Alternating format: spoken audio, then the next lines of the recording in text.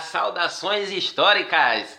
E aqui nós vamos dar continuidade ao nosso assunto de crise da República da Oligarquia ou crise da República Velha. E começamos a falar no vídeo passado das eleições de 1910, a primeira eleição onde se tem uma disputa realmente pelo poder, com a campanha civilista e posteriormente com a política das salvações. Aqui nós vamos falar especialmente da crise intra-oligárquica, o que causa as transformações socioeconômicas que ocorreram no Brasil nesse período, com a questão da industrialização e do aparecimento de três camadas sociais, a burguesia industrial, o operariado e a classe média, que vão ser nodais, cruciais no processo de desestruturação da República das Oligarquias. Logo de início a gente vai pedindo para você dar aquela curtida, inscreva-se aí no nosso canal, vai lá no final da página, deixe lá seu comentário, solicite o assunto que você está com mais dificuldade de entendimento aí em história, que a gente faz uma aula legal para você, ok? Vamos lá então. Primeira, crise intra-oligárquica. Como é que se dá essa crise? A gente tem que pensar o seguinte, que os mecanismos que faziam girar a roda da política, do poder no Brasil, lá o coronelismo, o voto do cabresto, curral eleitoral, política dos governadores, comissão verificadora e a degola, elas tinham como a cereja do bolo a política do café com leite, que mantinham no poder os mesmos grupos oligárquicos, as mesmas oligarquias se mantinham no poder. E também dava a elas os benefícios econômicas, os benefícios econômicos. Esse monopólio do poder e desse benefício econômico gera descontentamento em algumas outras oligarquias que existem no Brasil, que chegam até a disputar o poder, mas não conseguem chegar a esse poder político. Não chegando a esse poder político, elas não conseguem benefícios econômicos que são comuns aí dos cargos políticos no Brasil. Isso gera o quê? Um descontentamento e o aparecimento desse termo na nossa historiografia, que é a oligarquia dissidente. A oligarquia dissidente, aquela que vai se separar daquela máquina, daquela forma de fazer política no Brasil, fazendo quase que uma oposição àquele poder devido aos seus próprios interesses, que quer ter as benéficas econômicas devido ao poder político, ok? Além disso, a gente tem o que mais? As transformações socioeconômicas.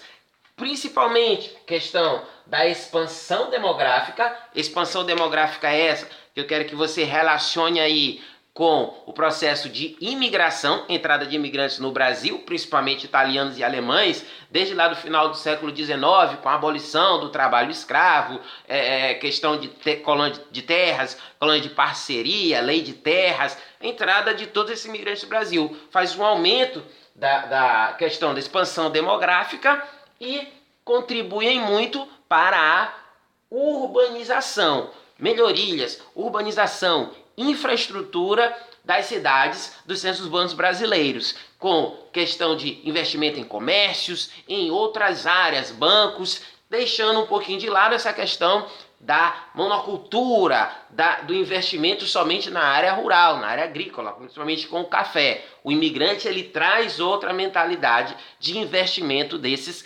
capitais. Além disso, nós temos a diversificação da economia. Isso que eu acabei de falar. Eles vão investir o seu capital em várias áreas, gerando o quê? Iniciando e fortalecendo o quê? A nossa industrialização. Vai favorecer, vai fomentar o desenvolvimento industrial no Brasil. Mas é só isso? Não, é só isso que favorece o desenvolvimento desindustrial? Não. Olha só, bem aqui você vai ter que fazer uma conexão. Entenda que o Brasil ele é um país que se fixou na economia internacional, no mercado internacional, como produtor e exportador de matéria-prima. E essa matéria-prima vai para o exterior e retorna em produtos industrializados, ok? Então, esses países lá fora industrializados, principalmente ali no continente europeu e ali nos Estados Unidos, eles enviam esses produtos industrializados para o Brasil. Mas aqui está acontecendo o que lá? A Primeira Guerra Mundial.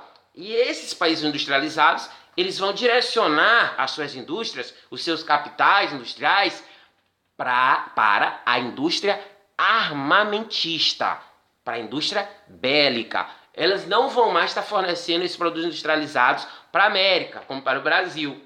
Então, a demanda aqui no Brasil por esses produtos industrializados, vontade de comprar do consumidor, ainda existe, mas não tem mais produto industrializado vindo de fora. E quem vai suprir essa necessidade de compra, essa demanda por produtos industrializados, é a própria indústria nacional. Então a indústria nacional ela vai ter que crescer para atender essa demanda. Então isso, a Primeira Guerra Mundial, ela vem diretamente fomentar o desenvolvimento industrial nesse momento. Então bem aqui, você vai destacar aqui, ó, como a Primeira Guerra Mundial, tá? Eu estou de destaque para o desenvolvimento industrial no Brasil.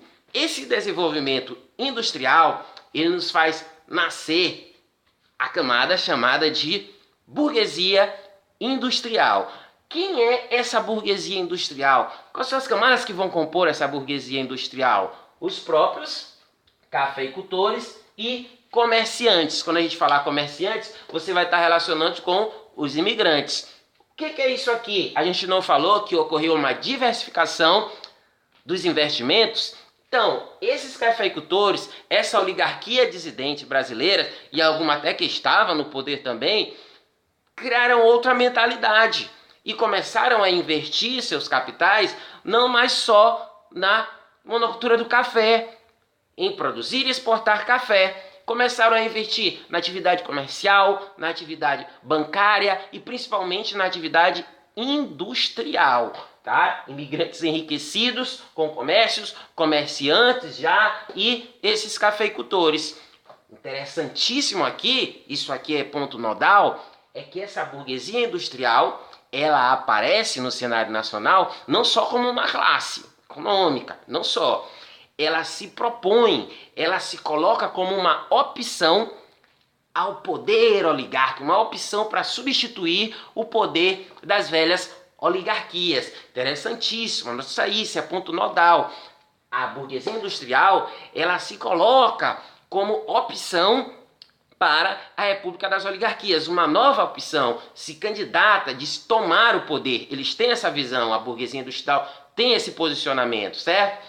Surge também nesse momento uma camada chamada de operariado.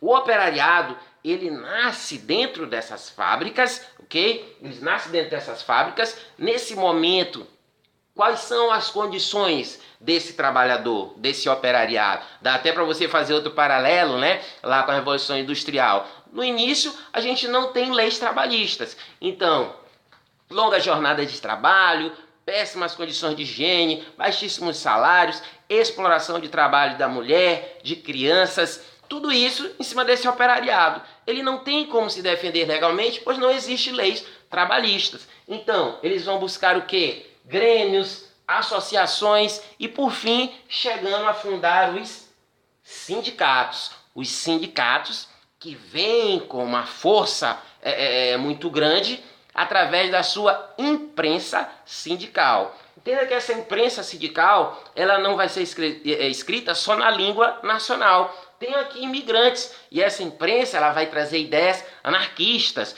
de estruturação do Estado brasileiro. Mas aí a historiografia nos aponta que um dos erros, diferente da burguesia industrial, é que o operariado, ele, nesse primeiro momento, ele não se lança como uma opção a ser votado, a lançar candidatos, a uma opção a essa República das Oligarquias, a essa questão da corrupção. Eles não se lançam nesse momento. Então, esse teria sido uma desvantagem neles em relação à burguesia industrial.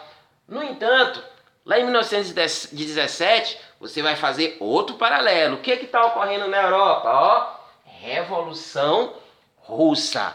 E baseado nas ideias da Revolução Russa, esse operariado vai criar o PCB, Partido Comunista do Brasil.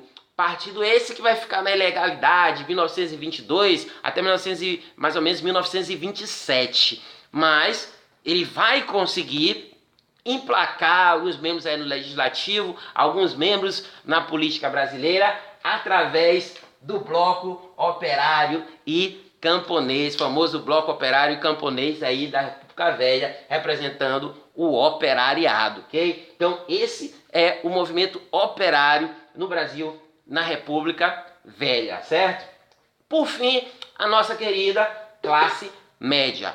Classe média, a gente até falou lá nas eleições de 1910, é um voto muito menos sujeito à questão de corrupção, a questão de voto do cabresto, porque a classe média, ela é uma classe, urbana. O que a gente falou aqui? Urbanização, transformações socioeconômicas. Ela é uma classe urbana, ela é uma camada também, moralista. E daí deriva outra coisa. Por ser moralista, ela é contra, as fraudes eleitorais.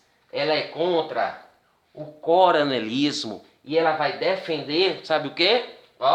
O voto secreto. Então a classe média, ela vai de encontro, ela vai de encontro com as coisas que faziam, que fortaleciam, que fixavam o poder das oligarquias no Brasil. Então ela mostra o que está errado e se coloca contra aquilo. Ela é contra a fraude eleitoral, ela é contra o mecanismo político do coronelismo, contra a máquina eleitoral do coronelismo. É uma opção. Então a classe média, ela é um voto quase que totalmente fora da questão da corrupção, fora da questão da fraude eleitoral, ok? Então aí nós temos os pontos principais desse segundo momento aqui da crise da República das Oligarquias. Vamos ficar por aqui.